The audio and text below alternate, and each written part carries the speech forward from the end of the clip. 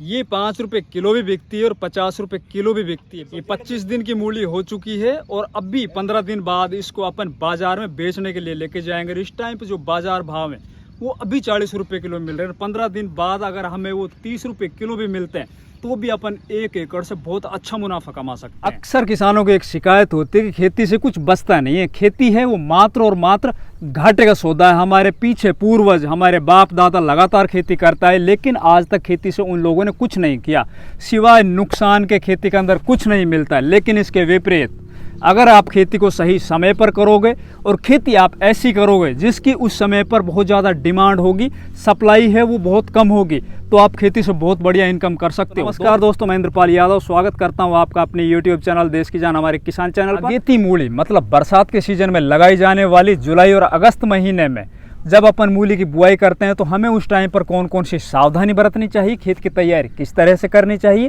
किस बीज का चुनाव करना चाहिए। साथ ही मूली अपन अगेती लगा तो देते हैं लेकिन अक्सर किसान है ना वो फेल हो जाते हैं, क्योंकि लगातार जब बारिश पड़ती रहती है तो उसके अंदर बीमारियां बहुत ज़्यादा आती है। अब बाज़ार के अंदर जो रेट इस टाइम पर 40 रुपये 45 रुपये मिल रहे हैं तो वो इसी वजह से मिल रहे हैं कि बाज़ार के अंदर जो सप्लाई है ना वो बहुत ही ज़्यादा कम है इस टाइम पर। और वो कम क्यों है? जो किसान लगातार अपनी फसल के ऊपर निगरानी रखता है उसी की फसल बाज़ार में जा पाती है। बाकी अक्सर किसानों की फसल है वो ख़राब हो जाती है, एक तो फंगस की वजह से, दूसरा मूली का जो कंद होता है नीचे ज़मीन के अंदर उसके अंदर एक ऐसी बीमारी आती है जिससे उसकी क्वालिटी ख़राब हो जाती है। कंद के अंदर एक कालापन धब्बे पड़ जाते हैं। तो दोस्तों ये सभी बीमारियां आपके खेतों में नहीं आए तो अपन को शुरुआत में क्या कुछ करना चाहिए, बाद में कौन कौन सी स्प्रेइंग शेड्यूल अपन को लगातार जारी रखने चाहिए, सभी जानकारी आपको इस वीडियो के माध्यम से मिलेगी। जितने भी किसान भाई हमारे चैनल पर पहले बार आए या जितने भी किसान भाइयों ने चैनल को अभी तक सब्सक्राइब नहीं किया वो कृपया चैनल सब्सक्राइब कर लीजिए, वीडियो को लाइक और ज़्यादा से ज़्यादा शेयर कीजिए। सबसे पहले बात करेंगे खेत की तैयारी हमें किस तरह से करनी चाहिए। तो 1 एकड़ के अंदर अगर आप मूली की बुआई करने जा रहे हो तो उसमें अगर आपके पास अवेलेबल हो तो देसी सड़ा गला गोबर का खाद चाहे 2 ट्रॉली पर एकड़ के हिसाब से आप जरूर डाल दीजिए। खेत की अच्छे से जुताई कीजिए। जितनी अच्छी भुरभुरी आपके खेत की मिट्टी होगी उतनी ही समझ लीजिए आपकी मूली है ज़मीन में नीचे तक बैठेगी, और जितनी ज़्यादा मूली नीचे तक जाएगी उतनी ही आपका एक तो वज़न ज़्यादा निकलेगा, साथ ही पौधे को जितने भी माइक्रो न्यूट्रिएंट और जितने भी पोषक तत्व हैं वो मूली की जो जड़ है नीचे जो शुरुआत के अंदर जाएगी वो ज़्यादा से ज़्यादा ले पाएगी, और ऊपर पत्तियाँ हैं वो भी एकदम हेल्दी होंगी। और जितना ज़्यादा पौधा स्वस्थ होगा उतना ही वो बीमारियों से लड़ पाएगा, आगे बारिश से लड़ पाएगा, फंगस से लड़ पाएगा और आने वाले इंसेक्टों से लड़ पाएगा। तो खेत के अंदर अपन ने शुरू में गोबर का खाद डाल दिया। गोबर के खाद के साथ अपन को पर एकड़ 1 bag 50 kilo di ammonium phosphate DAP डालना है। इसके अलावा दोस्तों आप 1 bag 50 kilo muriate of potash और डाल दीजिए शुरुआती चरण में। इसी के साथ आप 5 किलो पर एकड़ के हिसाब से सल्फर 90% जो आती है वो भी आप मिला के डाल दीजिए। अब ये चीज़ डाली है दोस्तों, देखो DAP डालने से आपके खेत की फर्टिलिटी बढ़ जाएगी, और अपन ने जो पोटाश डाला, पोटाश डालने से एक तो जो फसल है हमारी बीमारी से लड़ने की उसके अंदर क्षमता बढ़ जाएगी, साथ ही जो हमारी मूली बाजार में जाएगी उसके अंदर शाइनिंग अलग ही दिखाई देगी। इसके अलावा जो अपन ने इस टाइम पर जो शुरुआती बेसल डोज में सल्फ़र डाली, सल्फ़र एक फंजीसाइड का भी काम करेगी। वो नीचे ज़मीन के अंदर जितनी फंगस आएगी या फिर ऊपर बाद में जब बारिश के अंदर फंगस आएगी ज़मीन पर, उनसे हमारी फसल को रक्षा करेगी। इसके अलावा आप 5 किलो पर एकड़ के हिसाब कार्बीफ्यूरान या फिर कार्टेप हाइड्रोक्लोराइड वो जरूर डाल दीजिए, जिससे कि आगे जितने भी व्हाइट ग्रब या फिर टर्माइट या फिर नीचे ज़मीन के अंदर जितने भी नेमाटोड वगैरह की जितनी भी प्रॉब्लम है आपकी वो शुरुआत के अंदर ही उनको ऊपर कंट्रोल मिल जाए, जिससे कि हमारी आगे जाके कंद की क्वालिटी ख़राब ना हो। ये सब डालने के बाद फिर बात आती है अपन इसकी बुआई किस तरह से करें। चूँकि अगेती मूली की बुआई हम कर रहे हैं तो हमें सबसे ज़्यादा जो आगे जाकर डर होगा वो होगा बारिश का। ये बहुत ही कोमल पौधा होता है, लगातार बारिश से पौधा है वो मरने की बहुत ज़्यादा इसके अंदर शिकायत होती है। तो अपन को इस टाइम पर जो मूली की बुआई करनी है वो बेड विधि से करनी है या फिर मेड़ विधि से करनी है। इनके अलावा अगर आप नीचे ज़मीन में यूँ ही छिटक के बुआई करते हो और अगर ज़्यादा बारिश आ गई आपके खेत के अंदर कुछ टाइम के लिए पानी लगातार भरा रह गया तो समझ लीजिए आपकी फसल है उसके अंदर निश्चित तौर पर नुकसान होगा।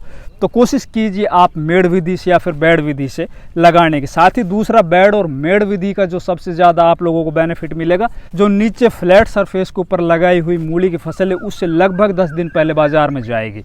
और इस टाइम पर सबसे बड़ा जो खेल होता है वो बाज़ार भावों का होता है। एक एक दिन के जो बाज़ार भाव है वो जो सबसे पहले बाज़ार में जाएगा सबसे ज़्यादा पैसे कमा के लेकर आएगा। तो आप ये लगा लीजिए। इसके अंदर अब बात करेंगे अपन को कितने बीज की आवश्यकता पड़ेगी। तो देखिए दोस्तों, अगर आप मशीन से बुआई करने जा रहे हो और जिस तरह से हमने ये मशीन से बुआई कर रखी है, तो इसके अंदर जो हमारा बेड है वो 18 इंच का बेड है। इसके अंदर हमने 4 लाइन से बुआई की है मशीनों से। तो इसमें जो हमारा बीज लगा है वो पर एकड़ के हिसाब से 3.5 किलो बीज इसके अंदर लगा है। अगर आप हाथों से इसकी चौभाई करते हो, हाथों से लगाते हो आप मशीन के अलावा, तो कोशिश कीजिए आप 1 एकड़ ज़मीन के अंदर 2 किलो या 2.5 किलो बीज लगाने की। मशीन से अपन कम बीज कर नहीं सकते। इसके अंदर जो ज़्यादा बीज लगा है अपन इसको बाद में फिर निकाल देंगे, क्योंकि अगर पास पास ज़्यादा मूली हुई तो आगे जाके एक तो फंगस ज़्यादा आएगी, साथ ही जो पौधा है वो अच्छे से ग्रो नहीं कर पाएगा, उनकी जो पत्तियां हैं वो अच्छे से स्वस्थ और हरी भरी नहीं रह पाएंगी। अगर हमारी मूली के पौधे की पत्तियां हरी भरी नहीं होंगी, ज़्यादा अच्छे से ग्रो नहीं कर पाएगी, तो मूली नीचे जो कंद है वो भी उतना ही अच्छा नहीं बैठ पाएगा।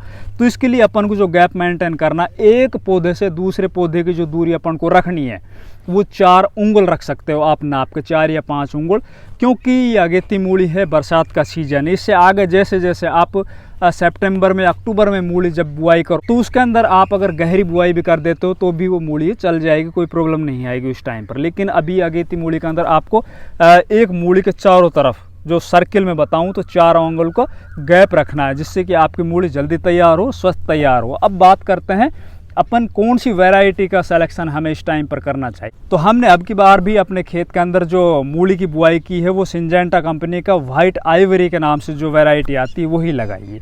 इसका जो परफॉर्मेंस है पिछले काफ़ी वर्षों से अपन देखते आ रहे हैं। अगेती मूली आप लगा सकते हो, पछेती लगा सकते हो। इसके जो कंद होती है, जो क्वालिटी होती है वो बहुत ही शानदार होती है, बाज़ार में इसके बढ़िया रेट मिलते हैं।